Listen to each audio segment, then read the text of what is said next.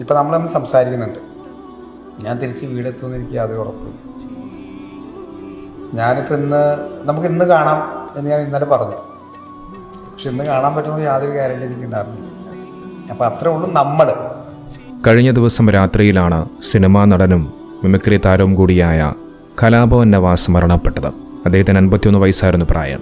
സിനിമയുടെ ഷൂട്ടിങ്ങുമായി ബന്ധപ്പെട്ടുകൊണ്ട് ഒരു ലോഡ്ജിൽ താമസിക്കുന്ന സ്ഥലത്ത് ആ റൂമിനുള്ളിൽ വെച്ചുകൊണ്ടാണ് അദ്ദേഹത്തെ മരണപ്പെട്ട നിലയിൽ കണ്ടെത്തിയത്. അദ്ദേഹം വീട്ടിലേക്ക് തിരിച്ചു പോകാനിരിക്കുന്ന സമയത്താണ് അദ്ദേഹത്തിന് മരണം സംഭവിക്കുന്നത്. ഹൃദയാഘാതമെന്നാണ് പറയപ്പെടുന്നത്. അതുമായി ബന്ധപ്പെട്ടുകൊണ്ടുള്ള കൂടുതൽ വിവരങ്ങൾ ഇനി പുറത്തു വരട്ടെ. സമൂഹ മാധ്യമങ്ങളിലും വാർത്താമാധ്യമങ്ങളിലും ഇപ്പോൾ നിറഞ്ഞു നിൽക്കുന്നത് അദ്ദേഹത്തിനെക്കുറിച്ചുള്ള വാർത്തകൾ മാത്രമാണ്. സമൂഹ മാധ്യമങ്ങളിൽ എവിടെ നോക്കിക്കഴിഞ്ഞാലും അദ്ദേഹത്തിൻ്റെ മുഖം മാത്രമാണ് ഇപ്പോൾ കാണാൻ കഴിയുന്നത്. അദ്ദേഹത്തിന് ആദരാഞ്ജലികൾ അർപ്പിച്ചുകൊണ്ട് നിരവധി ആളുകൾ അദ്ദേഹവുമായി ബന്ധപ്പെട്ടുകൊണ്ടുള്ള സുഹൃത്തുക്കളൊക്കെ വൈകാരികമായ കുറിപ്പുകളൊക്കെ എഴുതി വയ്ക്കുന്നുണ്ട്. അദ്ദേഹത്തിന് 3 മക്കളുണ്ട്. അതിൽ 2 ആൺകുട്ടികളും ഒരു പെൺകുട്ടിയുമാണ്. ഏതായാലും ആ കുടുംബത്തിന് അല്ലാഹു സുബ്ഹാനഹു വ തആല എല്ലാം സഹിക്കാനും ക്ഷമിക്കാനുമുള്ള മനസ്സുകൊടുത്ത് അനുഗ്രഹിക്കുമാറാകട്ടെ. നമുക്ക് അദ്ദേഹം അറിയപ്പെടുന്ന ഒരു സെലിബ്രിറ്റി ആയതുകൊണ്ട്, അല്ലെങ്കിൽ ഒരു സിനിമാ നടനായതുകൊണ്ട് ഇത്തരത്തിൽ സമൂഹ മാധ്യമങ്ങളിലും വാർത്താമാധ്യമങ്ങളിലും അധികമായി ചർച്ച ചെയ്യുന്നു.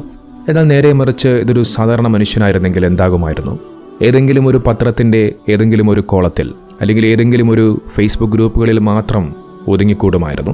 ഞാൻ ഈ വിഷയം ഇവിടെ തിരഞ്ഞെടുക്കാൻ കാരണം കലാഭവൻ നവാസ് അദ്ദേഹം മരിക്കുന്നതിന് മുമ്പ് പറഞ്ഞു വച്ച ചില വാക്കുകളുണ്ട്. ഓരോ മനുഷ്യന്മാരും ചിന്തിക്കേണ്ട വാക്കുകളാണ്.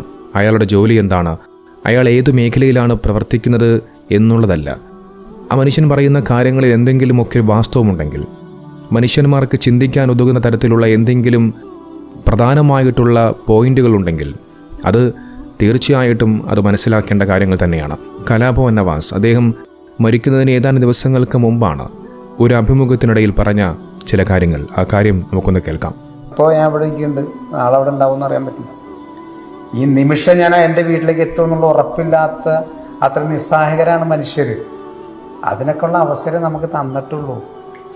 നമ്മളൊരു പവറിൽ വിശ്വസിക്കുന്നുണ്ടെങ്കിൽ നമ്മൾ നേരം വെളുത്തു എന്ന് പറയാം. ബാക്കി ഒന്നും നമ്മുടെ കൺട്രോളില്ല. കാരണം ഇപ്പം നമ്മളൊന്ന് സംസാരിക്കുന്നുണ്ട്.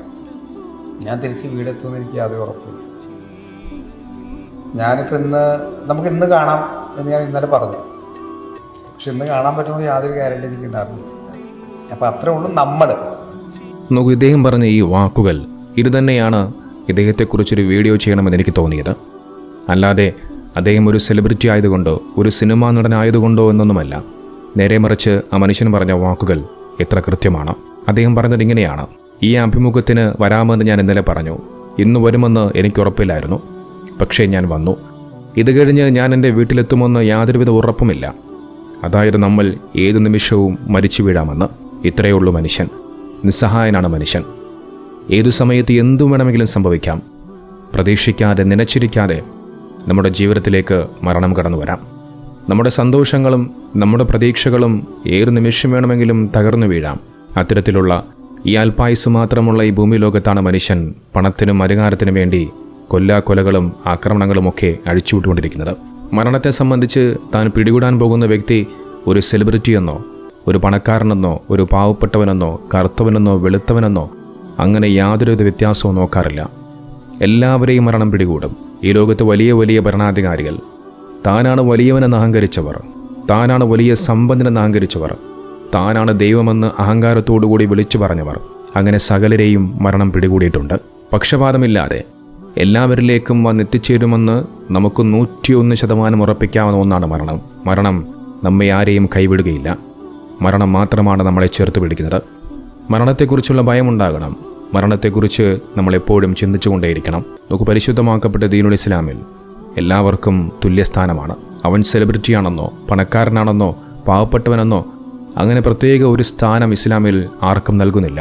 അള്ളാഹുവിൻ്റെ മുമ്പിൽ എല്ലാ മനുഷ്യരും തുല്യരാണ്. ഇവിടെ കലാഭവൻ നവാസ് എന്ന് പറയുന്ന വ്യക്തിയെ സംബന്ധിച്ച് അദ്ദേഹം ഒരു സെലിബ്രിറ്റിയാണ് എന്നു കരുതിക്കൊണ്ട് അദ്ദേഹത്തിന് ഇസ്ലാമിൽ എന്തെങ്കിലും പ്രത്യേകമായ സ്ഥാനം കൊടുക്കുന്നുണ്ടോ എന്ന് ചോദിച്ചാൽ അങ്ങനെ പ്രത്യേക സ്ഥാനമൊന്നുമില്ല. എല്ലാവർക്കും ഉള്ളതുപോലെയുള്ള സ്ഥാനം തന്നെയാണ് ഇസ്ലാം അദ്ദേഹത്തിന് നൽകുന്നത്. മരണവും അങ്ങനെ തന്നെയാണ്. ഏതൊരു മനുഷ്യനെയും ഏതൊരു സാധാരണക്കാരനെയും അടക്കം ചെയ്യുന്നത് പോലെ തന്നെയാണ് അദ്ദേഹത്തെയും അടക്കം ചെയ്യുന്നത്.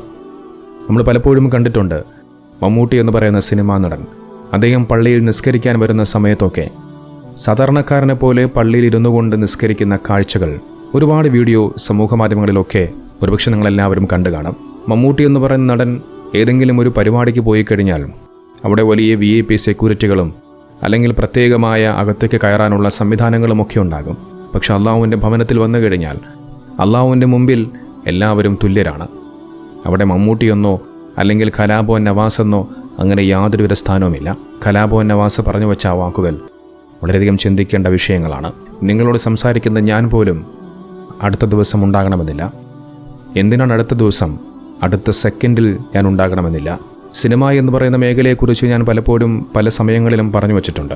വ്യഭിചാരവും മദ്യപാനവും ഒക്കെ പലപ്പോഴും പ്രോത്സാഹിപ്പിക്കുന്ന മേഖലയാണ് പലപ്പോഴും സിനിമകൾ.